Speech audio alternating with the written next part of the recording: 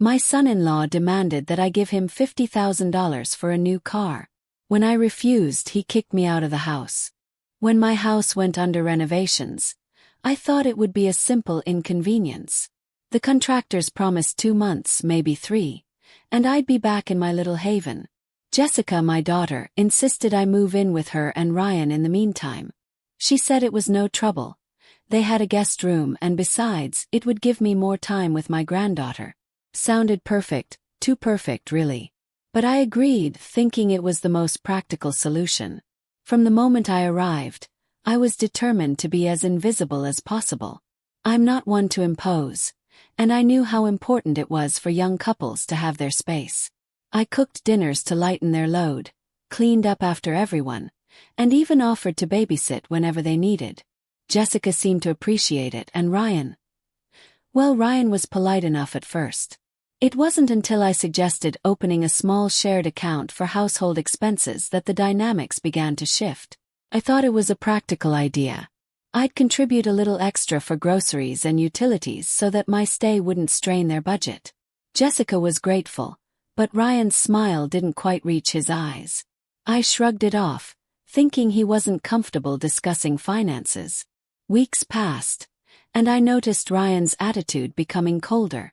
Small things became points of contention. If I left a light on in the kitchen or folded the laundry differently than Jessica would, Ryan would make passive remarks about how things were done in their house. Jessica stayed quiet, her gaze fixed on the floor whenever he spoke up. It was subtle at first, but it started to feel like I was tiptoeing around a minefield. One evening, after I had spent the whole day scrubbing the bathroom and preparing a roast dinner, Ryan cornered me in the kitchen. He mentioned, in a tone that was almost condescending, that he felt I wasn't pulling my weight. The irony stung, but I swallowed my pride and asked what else he'd like me to do. He shrugged, saying something about how family should work together more. Jessica, standing a few feet away, didn't utter a word. Her silence felt like betrayal. I started questioning myself. Was I doing enough? I'd spent most of my savings on the renovations and had to be cautious with what was left. Still, I offered to help more to cover additional expenses if needed. I even started bringing my own groceries to avoid any friction. Nothing seemed to please Ryan. Then came the request that left me speechless. Ryan sat me down one afternoon, his tone dripping with faux sympathy. He explained that their car was old, unreliable, and dangerous, especially with a child in the house. He suggested that I could make a meaningful contribution to their family by giving them $50,000 to buy a new one. He called it an investment in family safety. I was stunned. $50,000. I explained that I couldn't possibly spare that much money. My savings were tied up in my house, and I needed the rest for emergencies. Ryan's face darkened, and his words became sharper. He said I was being selfish, that I was putting my needs above their family's well-being. What hurt the most was Jessica's reaction. She didn't defend me. She didn't protest. She just sat there, staring at her hands, as if she were silently agreeing with him. I felt a knot tighten in my stomach. When I refused, Ryan's demeanor shifted completely.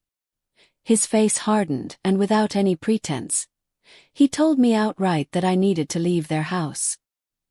He said my presence was causing unnecessary tension and that it was best for everyone if I found somewhere else to stay.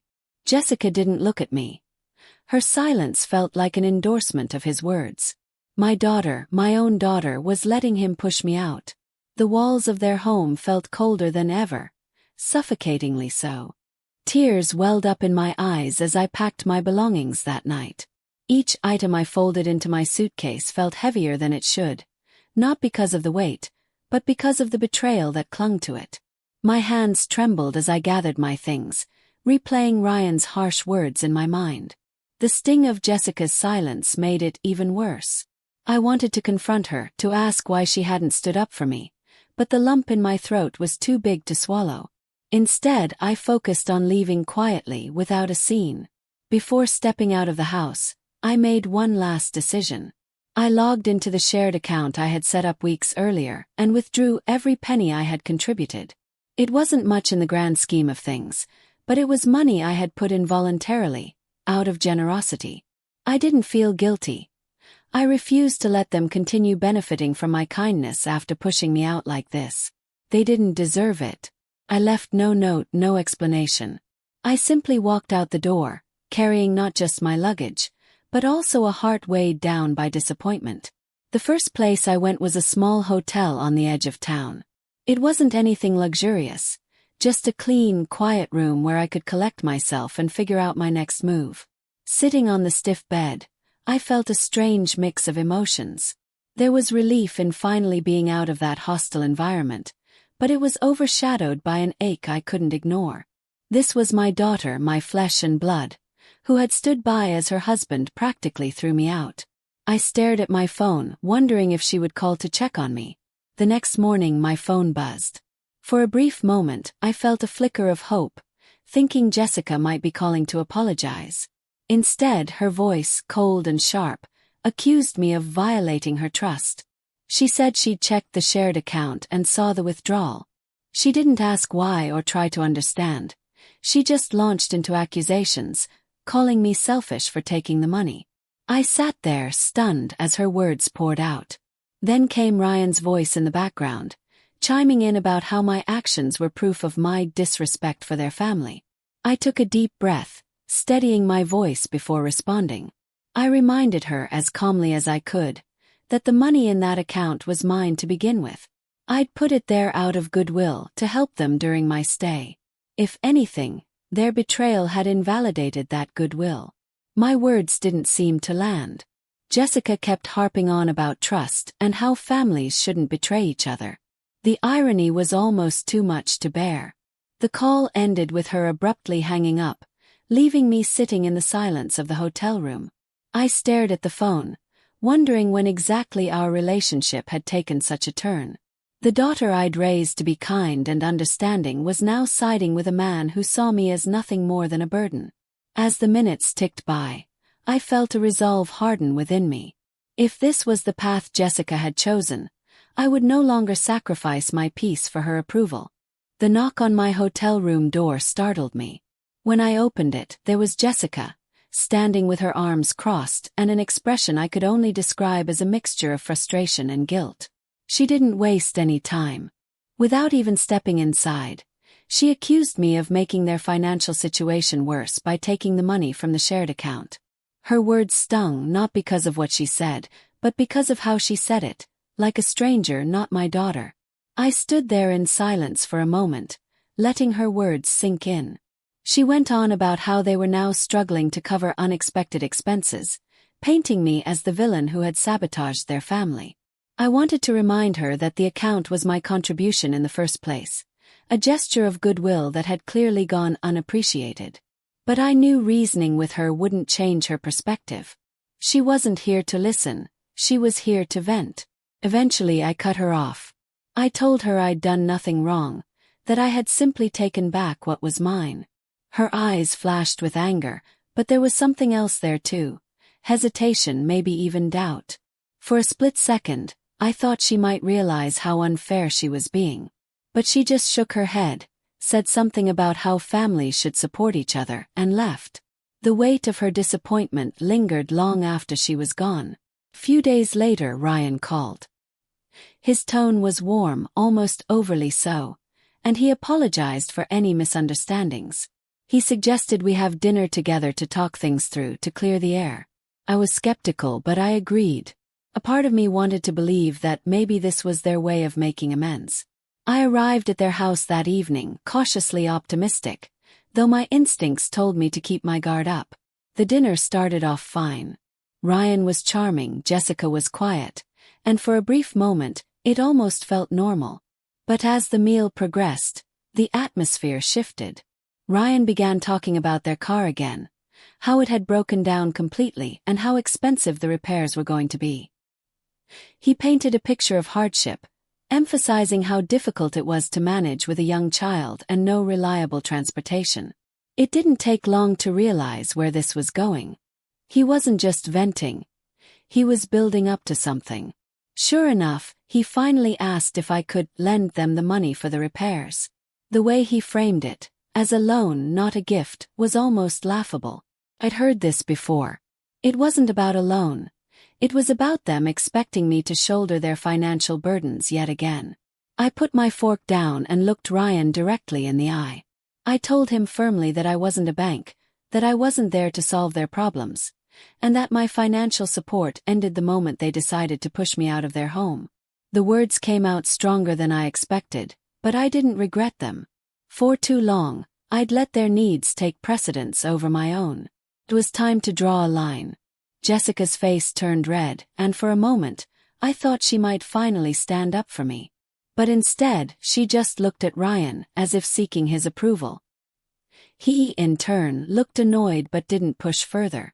The silence that followed was deafening, and I realized then that whatever bond I'd once shared with my daughter had been overshadowed by her loyalty to Ryan. I left their house that night feeling both lighter and heavier at the same time. Lighter because I'd finally stood up for myself. Heavier because I knew I might have burned the last bridge with Jessica. As I walked to my car, I glanced back at their house, wondering if I'd ever feel welcome there again. A few days passed before Jessica called again. Her voice was softer this time, almost hesitant, as if she were trying to gauge my mood before diving into her real purpose. She said Ryan had come up with a new idea, something that could solve everyone's problems. I braced myself, knowing whatever she was about to propose would undoubtedly involve me making another sacrifice. Jessica explained that Ryan thought it would be best if I sold my house after the renovations were complete. The market was good, she said, and the profit would help ease their financial strain. As she spoke, she added a layer of emotional manipulation, suggesting that I could then move in with them permanently. According to her, it would bring us closer as a family and ensure I wouldn't have to worry about living alone in the future. She made it sound like a win-win situation, but I wasn't buying it. My mind raced as I tried to process her words. Sell my house. My home was more than just a piece of property. It was my sanctuary, my safety net. The idea of giving it up to fund their lifestyle was absurd. I couldn't help but feel the sting of her suggestion. Had she already forgotten how they'd treated me when I was living under their roof? They'd made it clear that my presence was unwelcome, and now they wanted me to believe things would be different if I moved in permanently. It was laughable. I took a deep breath and told Jessica no. My voice was steady, but the anger simmered just beneath the surface. I reminded her of how they'd pushed me out of their home the first time, how Ryan's hostility had made it impossible for me to stay. I told her that selling my house would leave me vulnerable, that I'd have nothing to fall back on if they decided to turn on me again. It wasn't just about the money. It was about preserving the one piece of stability I still had. Jessica tried to argue, saying it was for the greater good of the family. She claimed Ryan only wanted what was best for all of us. Her words felt hollow, rehearsed, like she was parroting Ryan's ideas rather than speaking from her heart. I stood my ground, repeating that my house wasn't up for discussion. I told her that if they were in financial trouble, it was their responsibility to figure it out. I'd already done more than enough. The conversation ended on a sour note, with Jessica sounding frustrated and defeated. I thought that might be the end of it, but later that evening my phone rang again. This time it was Ryan. His tone was surprisingly cordial, even cheerful, as he invited me over for dinner. He said they wanted to clear the air and put all the tension behind us. His sudden change in attitude felt suspicious, but I agreed, if only to see what they were really up to. As I hung up the phone, a sense of unease settled over me. I couldn't shake the feeling that this wasn't just a simple invitation. Ryan wasn't the type to let things go so easily, and I suspected there was more to his sudden friendliness than met the eye. Still, I decided to go. If nothing else, I needed to make it clear one last time that I wouldn't be manipulated. Whatever they had planned, I was ready for it. The dinner was a replay of every manipulative tactic Ryan had ever used. From the moment I stepped into their house, I could feel the tension lingering in the air. Ryan greeted me with a practiced smile, the kind that tried too hard to seem genuine. Jessica hovered nearby, avoiding eye contact. It didn't take long for Ryan to steer the conversation in the direction I'd been dreading. He started talking about the rising costs of living, throwing in anecdotes about unexpected expenses and how difficult it was to manage everything. It was all so calculated, each word carefully chosen to set up his real agenda. When he finally got to the point, it was almost laughable. He suggested once again that I could help ease their burden. This time it wasn't about selling my house outright but loaning them a significant sum to cover their mounting bills. I didn't even let him finish. I put my fork down and looked directly at him, my voice calm but firm. I told him that I'd already done more than enough, and my support had ended the day they decided to push me out of their home. I wasn't going to let them guilt me into solving their problems. Jessica's head shot up at my words, her expression a mix of surprise and discomfort. But she didn't say a word. Ryan's smile faltered, and for a moment, I saw the frustration bubbling beneath his polished exterior. He tried to argue, saying that families were supposed to support each other, but I cut him off. I told him that support worked both ways, and I had received nothing but hostility and manipulation in return for my efforts. If they were struggling, it was their responsibility to figure it out. I wasn't their safety net, and I wasn't their bank. Jessica's silence felt like a betrayal all over again. She sat there, her hands clenched in her lap, avoiding my gaze. I turned to her and asked the question I'd been holding back for too long. Was she really willing to put Ryan's needs above her family? Was she going to let him push me away again just because I refused to finance their lifestyle? Her lips parted, but no words came out. She looked at Ryan, then back at me, as if torn between two worlds. But her hesitation was answer enough.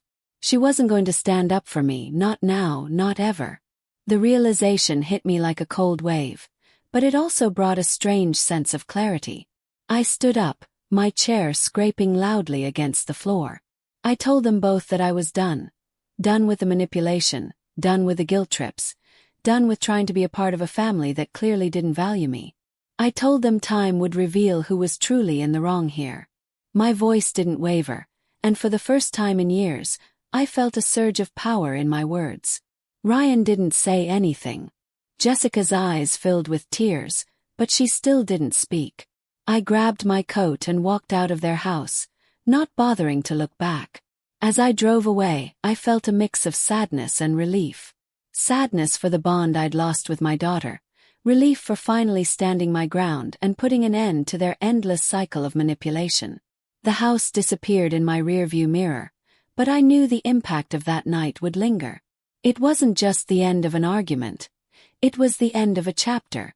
And as painful as it was, I was ready to turn the page. Returning to my house felt like stepping into a new chapter of my life. The renovations were finally complete, and as I unlocked the door, a sense of peace washed over me. The familiar scent of fresh paint mixed with the faint aroma of home welcomed me back. For the first time in months, I felt like I could truly breathe. This was my sanctuary, my safe place, and no one could take that from me now. The following days were quiet. I spent them unpacking, rearranging furniture, and adding small touches to make the house feel like home again. It was therapeutic, a stark contrast to the chaos I'd left behind at Jessica's. With each box I emptied and each picture I hung, I felt a little more like myself. The weight of their expectations and manipulations seemed to melt away, leaving me lighter and more grounded than I'd been in years. One afternoon, as I was sitting by the window with a cup of tea, my phone buzzed. It was Jessica. For a moment I considered ignoring it, but a part of me still held on to the hope that maybe, just maybe, she'd finally seen things from my perspective. I answered, and her voice came through, hesitant and soft. She apologized for how things had unfolded, saying she didn't realize how much I'd been hurt by everything. Her words should have brought relief, but instead they felt like a double-edged sword. While I appreciated her attempt to reach out, I couldn't ignore the fact that she had stood by and let Ryan treat me the way he did. I told her as much, explaining that while I loved her, I couldn't let myself be dragged back into a situation where my boundaries weren't respected. I made it clear that Ryan's influence over her had created a rift that couldn't be easily mended. Jessica sounded upset, but she didn't argue.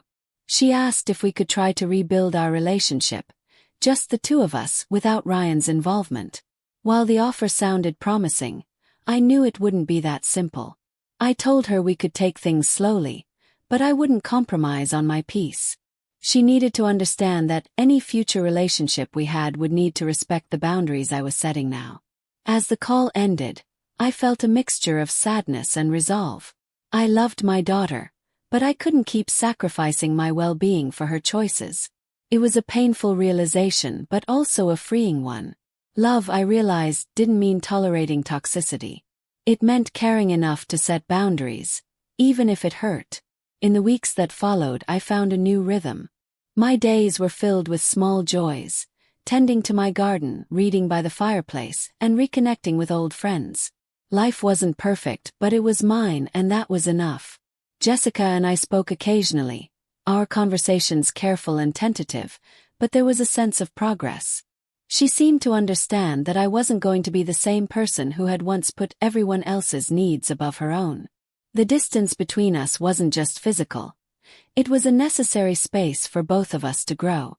I didn't know what the future held, but I knew one thing for certain.